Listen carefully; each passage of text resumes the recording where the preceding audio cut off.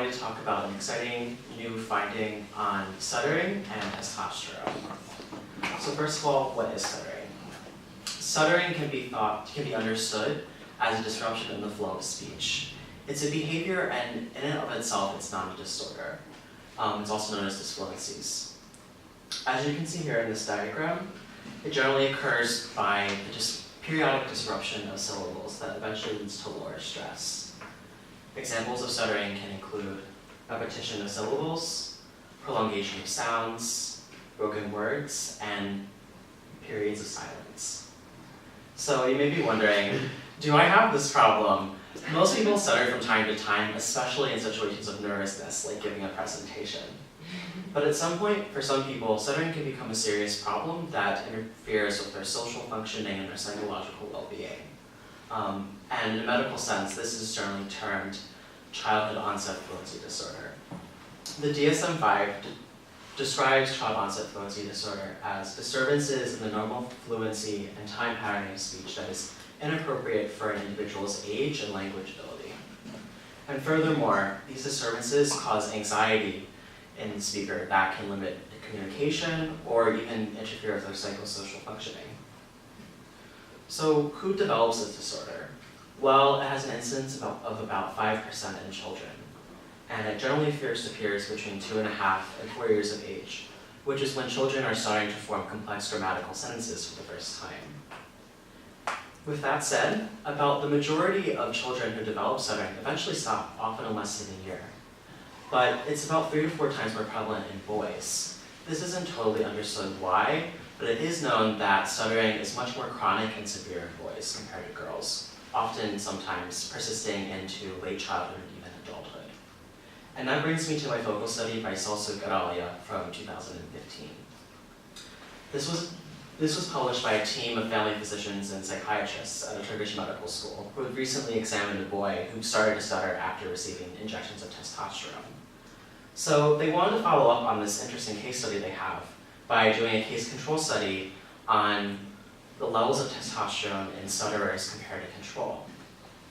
They hypothesized a few things. First, they expected a difference in serum testosterone levels relative from an increase in the stuttering population relative to the non-stuttering population. Furthermore, they also expected a correlation between the level of testosterone with the severity of the disorder. To test this, they gathered 50 prepubescent children between the ages of 7 and 12. These groups, as you can see here, were age-matched and also sex-matched to eliminate any confounding variables that could result from testosterone. And to test the severity of COFD within the COFD group, they had each patient read one picture book and talk about one picture in the book for about 5 minutes on videotape. After this, they assessed severity with a psychiatrist evaluating the video on a scale of 1 to 7 according to the Clinical Global Impression Severity Scale, a common psychometric tool used by psychiatrists to quantify their subjective impression of a patient. For the purposes of the study, there were 3 groups of participants. The first was normal or no stuttering. The second was mild to moderate stuttering, which corresponds from 2 to 4. And there was severe stuttering, which corresponds from 5 to 7. Then they collected the testosterone levels of all the participants at 9 a.m. to control for cyclical variations throughout the day. And then these were measured through an immunoreactive assay. The results were quite striking, as you can see. There's quite a bit of variation between the groups, but there is a clear increase in all sort of aspects of the data set. The median difference between the 2 groups was about 15 nanograms per milliliter between, of course, the non-stuttering and stuttering groups. And that difference was significant with a p-value of 0.001. More striking, however, was the correlation that they were able to find between levels of testosterone and the severity of the disorder. They found a strong correlation with a coefficient of 0.75. And this was a very statistically reliable correlation with a p-value of 0.0001. So why do they think this might be happening? Well, they turn to one part of the brain, the striatum, which is thought to be sort of the nexus of where stuttering occurs. Interestingly, this is not a speech area of the brain, which is usually thought to be Wernicke's area and Broca's area. The striatum is actually a movement center, and because of this, scientists think that stuttering may actually be more of a movement disorder than a speech disorder.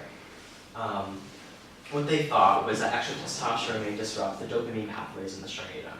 And this is based off of other studies that they've seen in other movement disorders such as Parkinson's and Tourette's. With that said, that explanation has a number of limitations. The dopamine pathways in the movement axis of the brain are not only influenced by testosterone, but also influence testosterone levels. So it only shows a strong association between the two. It doesn't really show any causation. And furthermore, the small sample size, particularly with girls, makes it difficult to differentiate between the gender aspect as opposed to actual testosterone, even though the findings of this particular study were significant. There are a number of conclusions that we can draw from this relatively conclusive study. First of all, androgen treatments could potentially have some unintended side effects, particularly with speech disorders. Precaution might be warranted when giving testosterone to children who may have abnormally low testosterone, particularly given that most of the testosterone levels observed in the study were actually falling into the normal range. Almost none of them were actually considered abnormal or harmful levels. And then looking at evolution, it certainly raises a number of questions. Is stuttering a vestige of increased testosterone in the evolution of humans, or could it actually have a net benefit?